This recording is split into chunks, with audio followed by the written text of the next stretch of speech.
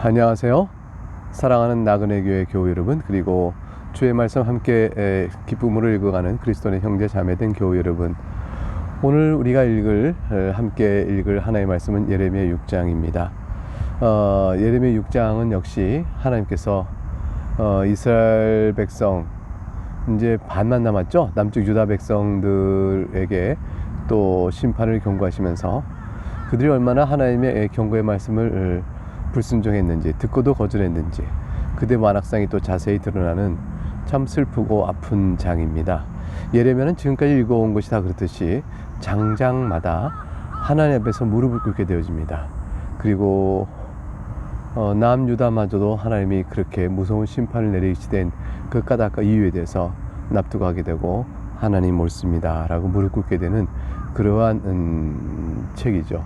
그러니까 우리가 마지막 날에 하나님 앞에 심판 때 서게 될 때, 하나님께서 죄인을 이제 심판하실 때, 공의로 낱낱이 그들의 심판받을 이유들을 설명하실 때, 누구 하나도 거기서 아니오라고 말할 수 없는 엄밀하고도 엄중한 하나님의 심판의 내용을 알 수 있게 되고요.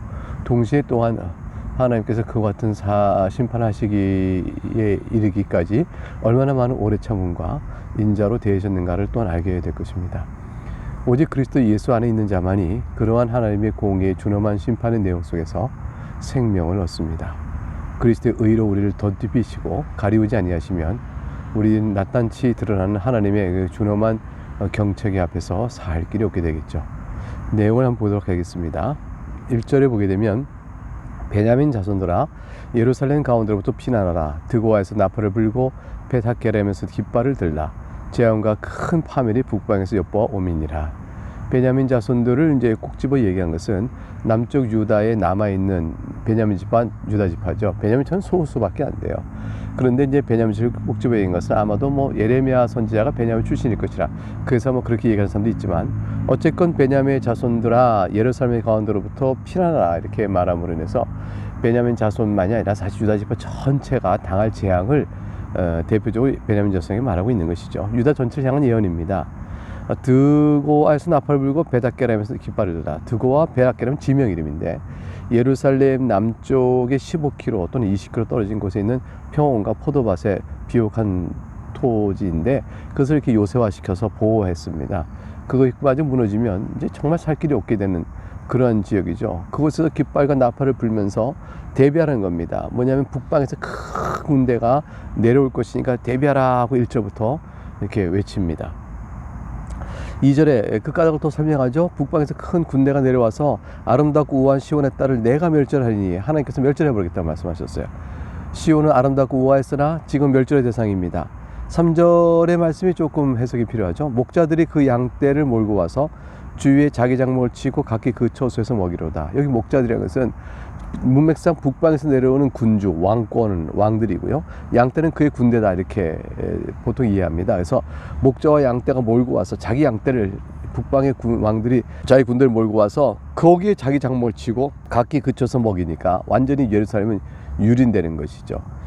또 어떤 이들은 이제 목자와 양떼를 그렇게 이제 북방의 군주나 군대로 빗댄 것이 아니고, 그냥 목자와 양떼들이 와서 살 정도가 될 만큼 예루살렘이 황폐하게 됐다는 것을 의미한다, 이렇게 해석하기도 합니다. 어쨌든 3절은 북방에 군대가 내려올 것이고, 그래서 그걸 대비하라고 했지만 결국은 초토화됨으로 말미암아 멸망케 될 것에 대한 하나님의 예언이다, 선언이다 볼 수 있겠습니다. 4절과 5절은 그 일을 실현하기 위해서 하나님께서 행하신 일인데, 하나님께서 바벨론 군대에게 공격 명령을 내리십니다.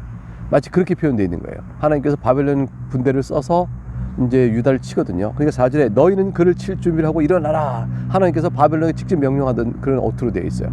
우리가 정오에 올라가자, 아하 아깝다, 날이 기울어 저녁 그늘이 길었구나. 우리가 정오에 올라가자 했는데 아하 시간이 기울어서 밤이 되니, 그러니 5절에 그러지 말고 그러면 일어나라, 우리가 밤에 올라가 치자. 그 요소를 헐자 하도다. 하나님께서 바벨론 군대에게 그렇게 명령을 직접 주어 바벨론이 그렇게 움직이는 듯한 묘사를 하고 있죠. 하나님께서 바벨론을 사용하여 남쪽 유다 악을 칩니다. 악에 대한 벌을 내리십니다. 6절과 7절에는 그래서 하나님께서 바벨론 군대에게 그 일을 행하라고 자꾸 독려하신 말씀이 나와요. 6절 만군의 여호와께서 이와같이 말하노라. 너희는 나무를 베어서 예루살렘을 향하여 목책을 만들라. 이는 벌받을 성이라. 그 중에는 오직 포악한 것뿐이라. 하나님께서 바벨론 얼마나 악해요. 우상 숭배에 쩌들고 가진 악을 다 했는데, 그러나 하나님은 사랑하는 예루살렘을 칩니다. 그 악한 자를 들어서 칩니다. 그 악한 자의 악은 하나님이 또 심판하실 것이로되, 그러나 그를 도구요 방망이로 삼아 몽둥이로 삼아 하나님이 예루살렘을 치는 겁니다. 까닭은 오직 포악한 것만이 그들 가운데 가득 차서 저들이 볼받을 성이기 때문이라고 말씀합니다. 계책도 알려주시네요. 나무를 베어서 예루살렘의 목책을 만들라고까지 계책을 알려고 독려하십니다. 7절에 예루살렘의 악에 대해 설명합니다. 샘이 그 물을 솟구쳐낸 같이, 샘이 물이 계속 나오잖아요. 그것처럼 예루살렘은 계속 악을 드러냈다는 것이죠. 폭력과 탈취가 거기에 들리며 질병과 살상이 내 앞에 계속하느니라. 이렇게 바빌론을 공격하게 되고 심판하게 될 것이고, 공격하라 독려하며 하면서도 8절에 가게 되면 이러한 경고의 말을 듣고 예루살렘아 회개하라 하나님 뜻이에요. 예루살렘아 너는 훈계를 받으라. 그리하지 아니하면 내 마음이 너를 싫어하고 너를 황폐하게 하여 주민이 없는 땅으로 만들리라. 이 심판을 받기 전에 회개하라, 회개하라, 회개하라. 유다가 회개할까요? 회개하면 살 거 아니에요. 9절부터 15절 말씀에 하나님의 경책의 말씀을 유다가 어떻게 거부했냐를 하나님께서 탄식함 지적하십니다. 9절 만군의 여호와께서 이와 같이 말씀하시되 포도를 따듯이 그들이 이스라엘의 남은 자를 말갛게 해 주리라. 너는 포도 따는 자처럼 내 손을 광주리에서 자주 놀리라 하시니라. 포도를 딱 딸 때 말끔히 따듯이 남은 자다, 즉 공격하여 전투에서 혹 살아남은 자가 있다 할지라도 그 살아남은 자마저도 얼마 안 되지만 바벨론을 끌어가서 완전히 쓸어버리라고 말씀하시는 거죠. 10절에 내가 누구에게 말하며 누구에게 경책하여 듣게 할꼬.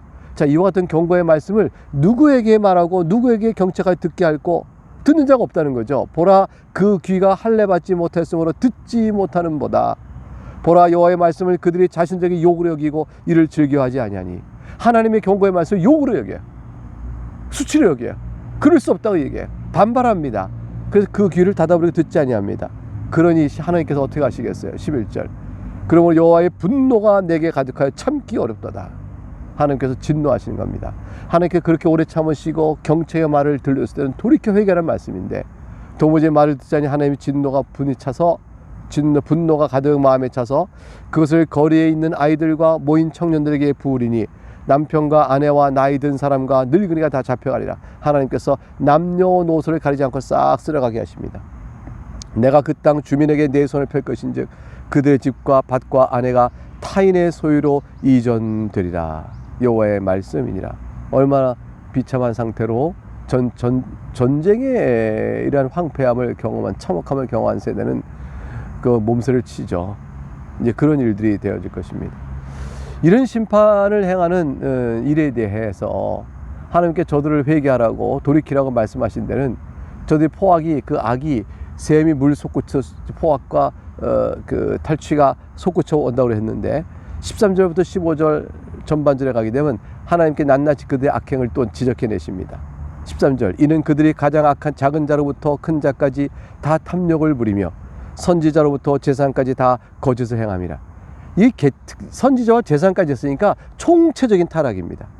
가장 작은 자부터 큰 자까지니까 전면적인 타락입니다.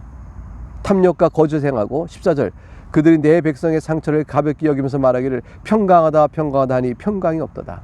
저들이 큰 죄악 가운데 물들어 있고 우상 숭배에 쩌들어 있고 사회적 도덕적 윤리적 타락에 있음에도 불구하고 그를 가볍게 보면서 괜찮다 괜찮다 괜찮다 평강을 말하니, 하나님께서 너에게 복을 주실 거라고 말하니 이 악을 하나님이 가만두시겠어요? 15절 전반절 이렇게 말씀하시죠. 그들이 가증한 일을 행할 때 부끄러워하였느냐? 아니라 조금도 부끄러워하지 않을 뿐 아니라 얼굴도 붉어지지 아니하느니라. 저들이 죄악을 보면서도 양심의 가책, 일만에 조금 남은 양심의 가책같이 없이 저들이 부끄러워하지 않았다고 말씀합니다. 하나님, 이와 같은 남쪽 유다를 어떻게 할까요? 유대의 패망을 재차 강조합니다. 15절 하반절과 또 이렇게 말씀하죠. 그러므로 하나님께서 말씀하시기를 그러므로 그들이 엎드러진 자와 함께 엎드러질 것이라. 계속 엎드러질 거죠. 멸망하는 자와 함께 있을 것이죠. 내가 그들을 벌할 것이라. 이거는 뭐 하나님 벌하시라는 이 말씀, 무서운 말씀이에요. 최종적 선언이잖아요. 그때 그들이 거꾸러지니라. 여호와의 말씀이니라. 하나님의 말씀을 불순종한 유다에 대한 내용을 다시 16, 17절에 이렇게 말씀하십니다. 여호와께서 이같이 말씀하시되 보세요. 16, 17절에 하나님께서 유다에게 돌이키라고 명령 6가지를 주십니다. 6번에 걸친 명령의 내용을 철저히 유다가 불순종합니다. 16절 볼까요? 여호와께서 이같이 말씀하시되 너희는 길에 서라 보며 보라. 이게 명령으로 되어 있어요. 옛적 길 곧 선한 길이 어딘지 알아보라. 그리로 가라. 그 옛적 길 선한 길로 가라. 네 번째, 너희 심령의 평강을 얻으리라 하니, 이만 얻으리라고 되어 있는 것은 결과인데, 그리하여 평강을 얻으라 라는 말씀 같은 거예요. 그들의 대답이 우리는 그리로 가지 않겠노라 하였으며, 17절에 내가 또 너희의 파수꾼을 세웠으니 나팔 소리를 들으라 6번에 걸쳐서 명령했는데, 그들의 대답이 무엇이죠? 우리는 듣지 않겠노라 하였도다. 16절에 우리가 그 길로 가지 않겠습니다. 17절에 우리는 듣지 않겠습니다. 하나님의 선한 길 옛적 길로 가지 않겠습니다. 하나님의 파수꾼 세운 나팔 소리 들려도 듣지 않겠습니다. 이 모든 저들의 귀 막아버린, 귀에 할례 받지 못한 모든 악함에 대해서 하나님 결국 어떻게 하실까요? 결국은 파멸을 명령하신 겁니다. 18절 19절 그래서 이렇게 나옵니다. 그러므로 너희 나라들아 들으라. 무리들아 그들이 당할 일을 알라. 땅이여 들으라. 내가 이 백성에게 재앙을 내리니 이것이 그들의 생각의 결과라. 그들이 내 말을 듣지 아니하며 내 율법을 거절하였음이니라. 자, 하나님께서 이와 같이 명령하실 때 유다가 마치 하나님께, 하나님 억울합니다. 우리가 하나님께 제사 다 드리고요, 향품도 드리고요, 다 그랬는데 무슨 말씀이십니까? 이렇게 말할까요? 거짓된 종교 태도, 종교적 행위를 행했으나 외식적 태도, 그 위선을 하나님께서 책망하십니다. 20절 볼까요? 시바에서 유향과 먼 곳에서 향품을 내게로 가져오면 어찌미냐. 이들이 정성이라 하나님께 드린다는 예배라고 해서 시바의 상품을 가져다 하나님께 드립니다. 유향을 가져다 드립니다. 저 먼 곳에서 향품을 가져옵니다. 그들이 무역적으로 거래하면서 먼 곳에 가져와서 하나님 이 좋은 걸 받으세요라고 해봐야 하나님 그렇다 모든 우상 숭배와 쩌들고 타닥한 저들의 이와 같은 향품을 하나님 받으시겠어요? 하나님 도리어 말씀하시는 거죠. 너희가 어찌미냐? 그걸 왜 나한테 가져오느냐? 나는 그들의 번제를 받지 아니하며 그들의 희생제물을 달게 여기지 아니하라. 저들의 가증한 제사와 제물을 내가 기뻐하지 않는다 말씀하시는 거죠. 결국은 하나님께서 이 말라기 때도 보면요, 나중에 이 돌아와서 저들이 바벨론 땅에서 돌아와서 하나님께서 나와 있을 때도 그때까지 이 버릇을 못 고쳐요. 그러니까 하나님께서 차라리 성전 문을 닫았으면 좋겠다. 안식일에 피 흘린 손으로 내 땅을 받는 자 누구냐 이렇게 하시면서 하나님께 저들의 제사와 예배를 받지 않으셨죠. 유다가 하나님 앞에서 이럴 수가 있습니까? 우리가 하나님의 백성으로 하나님을 섬겼는데 이렇게 말해봐야 소용이 없습니다. 21절 그래서 하나님께서 유다의 패망을 다시 강조하십니다. 그러므로 여호와께서 이와 같이 말씀하시니라. 보라 내가 이 백성 앞에 장애물을 두리니 아버지와 아들들이 함께 거기에 걸려 넘어지며 이웃과 그의 친구가 함께 멸망하리라. 이런 멸망을 말씀하신 내용을 또 실행하시기 위해서 하나님께서 유다를 심판하실 것을 북방나라 바벨론이죠. 그걸 사용하 심판하실 것을 21, 23절에 말씀하십니다. 구체적으로 말씀하신 거죠. 여호와께서 이와 같이 말씀하시되 보라 한 민족이 북방에서 오며 큰 나라가 땅 끝에부터 펼쳐 일어나나니 그들은 활과 창을 잡았고 잔인하여 사랑이 없으며 그 목소리는 바다처럼 포효하는 소리라. 그들이 말을 타고 전사같이 다 대열을 벌이고 시온의 딸인 너를 치려 하느라 하시도다. 24절 26절 보니까 이 모든 예언의 말씀을 들은 예레미야가 마음이 어떻겠어요? 애곡하죠. 애통하죠. 얼마나 가슴이 아프겠어요. 그래서 그 울며 애통하는 마음으로 곡하는 마음으로 유다에게 권면합니다. 우리가 그 소문을 들었으므로 손이 약하여졌고 고통이 우리를 작았으므로 그 아픔이 해산한 여인 같도다. 얼마나 덜덜덜 떨릴까요? 너희는 밭에도 나가지 마라. 길로 다니지 말라. 원수의 칼이 있고 사방에 두려움이 있습니다. 오호 이를 어쩌면 좋을꼬. 딸 내 백성이 굵은 배를 두르고 재에서 구르며 독자를 이름같이 슬퍼하며 통곡할지어다. 멸망시킬 자가 갑자기 우리에게 올 것임이라. 이렇게 애통하며 두려워하는 심판을 바라보며 에레미야는 통곡한 유다에게 이렇게 알려줍니다. 그럼 유다가 들을 거 아니에요.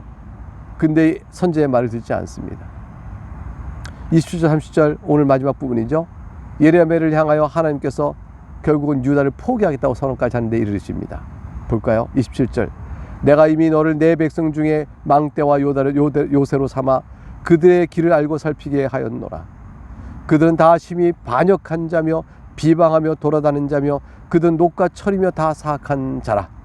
풀무불을 맹렬히 불면 그 불에 납이 살라져서 단련하는 자의 일이 헛되게 되니라. 이 설명이 좀 필요하죠. 풀무불로 은이 원석이 있잖아요. 은이 담기는 원석이 있으면 이 원석에서 불순물을 다 제거 순수한 은을 얻기 위해서 납을 함께 가열합니다. 그러면 납이 은에 있는 불순물과 화학적 결합을 해서 그걸 다 흡수하여 이렇게 침전되고 순수한 은만 남을 수 있게 되어지죠. 근데 납이 불에 다 타버릴 때까지 은의 찌꺼기가 제거되지 않게 되는 경우가 있다면 그럼 이 모든 풀무불을 한 모든 이 대장장의 수고가 다 헛되지 않겠어요? 바로 그 얘기를 하는 것이죠. 하나님께서 이 유다를 향하여 징계를 내리고 그리고 책망의 말을 해도 저들이 도무지 듣지 않아서 결국은 모든 것이 다 헛수가 되고 만다. 그러니까 바벨론에서 북방에서 세력을 들어 유다를 치더라도 유다가 새롭게 되지 않고 은으로 바뀌지 않을 거예요. 찌꺼기가 없어지지 않을 것이라 말씀하는 거예요. 이와 같이 악한 자가 제거되지 아니하나니 자 그럼 이들에게 소망 없는 자가 되는 거 아니겠어요? 그래서 30절에 사람들이 그들을 내버린 은이라 부르게 될 것은 여호와께서 그들을 버렸습니다. 완전히 버려버리는 상황이 되고 맙니다. 얼마나 끔찍한 말씀이에요. 물론 우리는 압니다. 이렇게 버림받아 바벨론의 포로가 되어버리지만 하나님께서는 긍휼의 뜻을 전혀 포기하지 않으셔서 마침내 정한 때가 될 때 70년 지나고 나서 그들을 다시 가나안 땅으로 데려오시는 그런 은혜 베푸심이 있다는 것을 우리가 압니다. 그러나 그들은 버림받은 자들과 같고 집단적 이스라엘은 다 버림받은 채 망해버렸어요. 그 중에 하나님의 이름을 부른 영혼들을 선택받은 자들은 개별적으로 구원을 받겠지만 말이죠. 우린 내일 보는 7장에서 하나님께서 이렇게까지 끔찍하고 무서운 심판을 그의 백성에게 선언하시고 실행하시는 까닭이 도대체 무엇일까? 유다의 악에 대한 하나님의 질책, 그들이 어떠한 악을 보였는지를 다시 한번 하나님 또 낱낱이 말씀하신 내용을 7장에서 보게 될 것입니다. 하나님의 공의는 결코 잘못되거나 불의한 법이 없습니다. 유다는 받을 벌을 받게 된 것입니다. 우리 또한 하나님 앞에 서게 되면 받을 벌을 받게 될 때 우리가 하나님의 진노의 심판을 견딜 자가 누가 있을까요? 아무도 없을 것입니다. 그러나 딱 하나, 예수 그리스도의 의만이 우리의 용서의 힘이 되고 위로가 되어집니다. 사나 죽으나 내 몸과 영혼이 그리스도와 연합되어 있는 것을 내가 감사하노라. 이것만이 우리의 이 땅에 사는 동안에 위로요 소망이 되어집니다. 내일 다시 뵙겠습니다. 여기서 마치겠습니다. 감사합니다.